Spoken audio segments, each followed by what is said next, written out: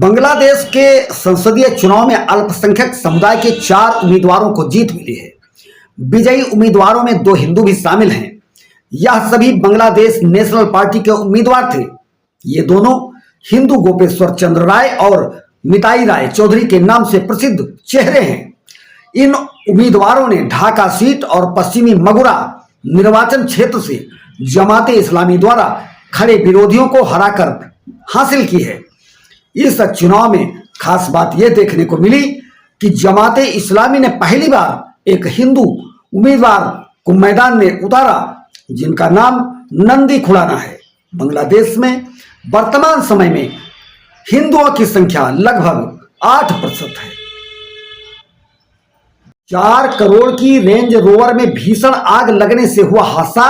नासिक मुंबई महामार्ग पर शुक्रवार की आधी रात को हुए भीषण हादसे में भारतीय जनता पार्टी के सांसद लुम्बाराम की जान बाल बाल बच गई।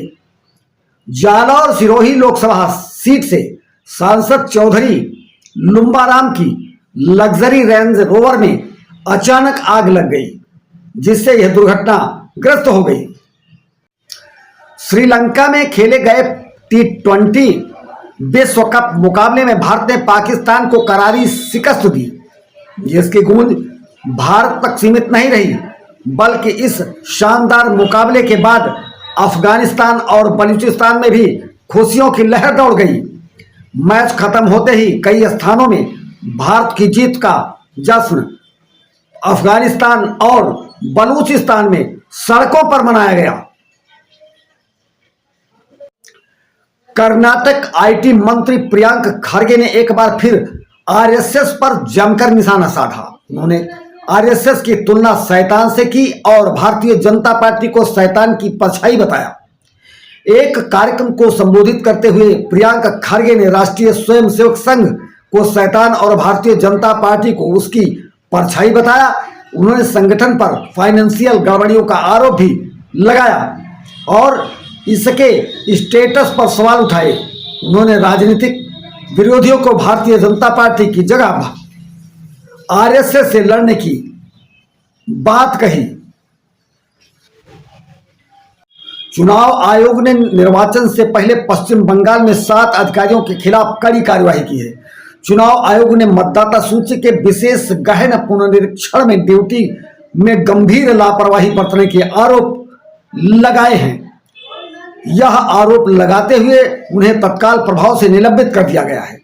चुनाव आयोग ने जनप्रतिनिधि अधिनियम 1950 धारा 13 CC के तहत अपनी शक्तियों का प्रयोग करते हुए इन अधिकारियों का निलंबन किया है। दुनिया की खामोशी के कारण पाकिस्तान को प्रॉक्सी वार ऑक्सीजन देने में मदद मिल रही है। यह एक कड़वा सच है।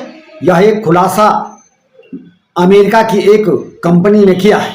संयुक्त राष्ट्र को निगरानी टीम का कागजी संस्था बताते हुए इस रिपोर्ट में जैश ए मोहम्मद की खतरनाक साजिशों का पर्दाफाश किया गया है। कहा गया है कि भारत को पाकिस्तान और उसके आतंकी संगठनों के रिश्तों के बारे में दुनिया को बताना चाहिए, ताकि सच्चाई सबके सामने आ सके। भारत को आतंकवाद से लड़ने की व्यवस्था भी मजबूत करनी चाहिए, ताकि इन चुनौतियों का डटकर सामना किया जा सके। केदारनाथ व बद्रीनाथ धाम में मोबाइल पर वीडियो और रील बनाने पर रोक लगा दी गई है। प्रशासन ने यह कड़ा फैसला लिया है कि 70 मीटर के दायरे में फोन उपयोग पर पूर्ण प्रतिबंध लगा रहेगा।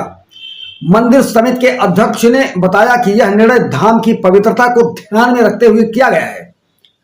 अब श्रद्धालुओं को बड़ी ही सुगमता और सरलता से दर्शन का लाभ मिलेगा।